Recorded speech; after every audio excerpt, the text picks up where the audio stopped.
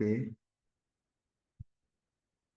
kita kembali ke tutorial berikutnya. Hari ini kita lanjut ke ini, hapus data ya. Jadi seperti biasa kita jalankan dulu servernya menggunakan PHP Sparksurf. Klik kanan, open terminal here, jalankan perintahnya PHP Sparksurf.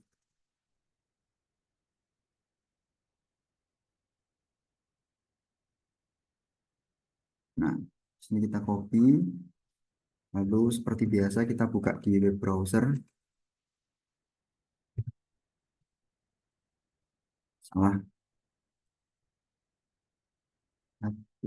Nah, lalu kemarin untuk database-nya namanya adalah praktek. Nah, oke. Oke, ini ya kemarin.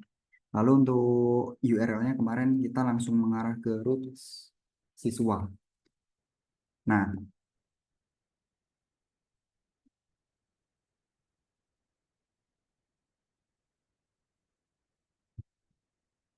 app views siswa tampil di sini base URL asset bootstrap publik. Oh, seharusnya kita rename ya ini. Namanya adalah folder assets. Kayaknya kemarin itu belum kita save kali. Makanya nggak working gitu ya. Udah. Nah, ini kita lanjut ke materi hapus data. Yang pertama di sini kita akan membuat sebuah tombolnya dulu. Yang ketika diklik maka nanti akan menghapus data. Tapi salah satu data ya, tidak semua data kok terus terhapus. Berarti di tampilan tabelnya pada kolomnya kita tambahkan sebuah kolom baru namanya aksi. Nah, di kolom aksi ini kita tambahkan sebuah tombol ya. Nah, kalau di kode Igniter 4 itu sebenarnya bisa menggunakan link seperti ini. Nanti terus kita arahkan ke URL-nya siswa slash hapus slash ID-nya. Kan seperti itu. Tapi di sini saya lebih sering pakai button form ya. Maka di sini kita pakai form saja. Form. Lalu di sini kita kasih metodenya nilainya adalah post. Nah, lalu ada action-nya yang ketika diklik mengarah ke sini. PHP echo dash URL berarti kan mengarah ke siswa slash hapus slash. Nah, di sini parameternya. Oke, parameter itu adalah acuan yang dapat digunakan oleh fungsi. Nah, parameter itu biasanya kita menggunakan ID dari tabel tersebut. Contohnya, di sini kan kemarin kita sudah bikin tabel siswa. Nah, di tabel siswa ini yang menjadi parameter atau identity kolomnya itu adalah kolom ID siswa. Maka nanti yang saya lempar adalah data ID siswa seperti itu. Karena mungkin saja ada nama siswa yang sama, Aril 1, Aril 2, lah seperti itu. Keduanya dibedakan melalui kolom ID. Nah, berarti di sini yang saya kirimkan adalah parameter ID siswa. Data ID siswa kan dia berada di variabel value ya, yang indeksnya adalah kolom ID siswa seperti ini. Nah, ini penghubung ya, titik ini adalah penghubung. Nah, selanjutnya kita bikin tombolnya pakai button ya.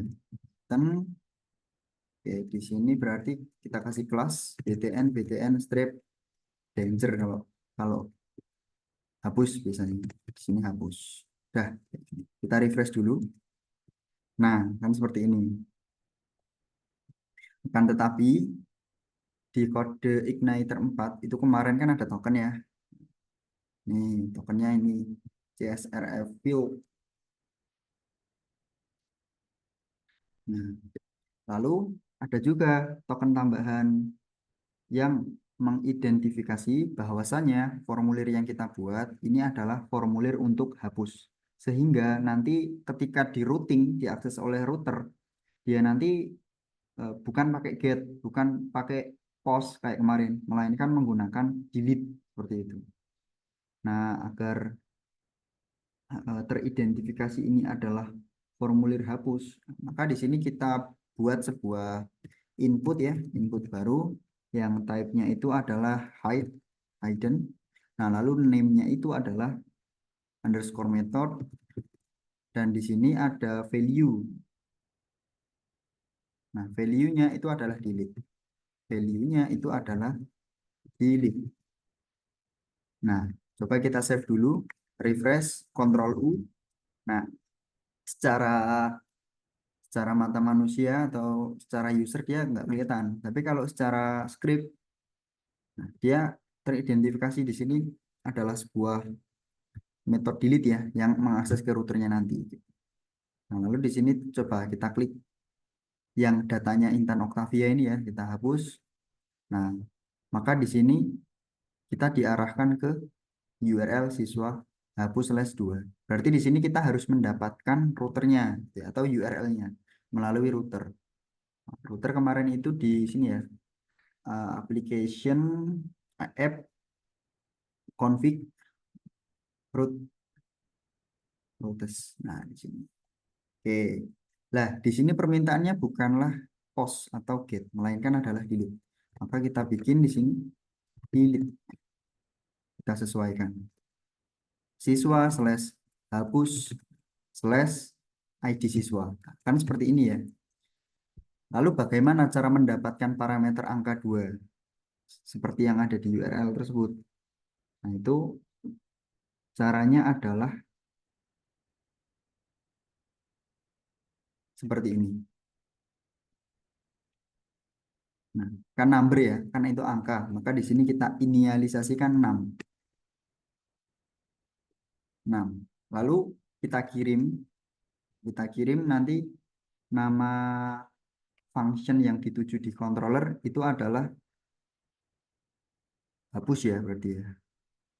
Oke, berarti di sini ya kita tambahkan siswa ini ya, hapus dan mengirimkan parameter yang sudah kita terima tadi di titik 2 num. Nah, itu caranya kita mengaksesnya menggunakan script seperti ini. $1. Nah, ini adalah cara untuk mengirimkan nilai parameter yang kita dapat melalui URL. Nah, sehingga ketika kita refresh, nah maka di controllernya akan error mencari function hapus. Kita lari ke function controller ya. Controller siswa. Nah, di sini kita disuruh untuk membuat function baru namanya adalah hapus. Lalu di sini menerima parameter tadi yang dikirimkan ID siswa.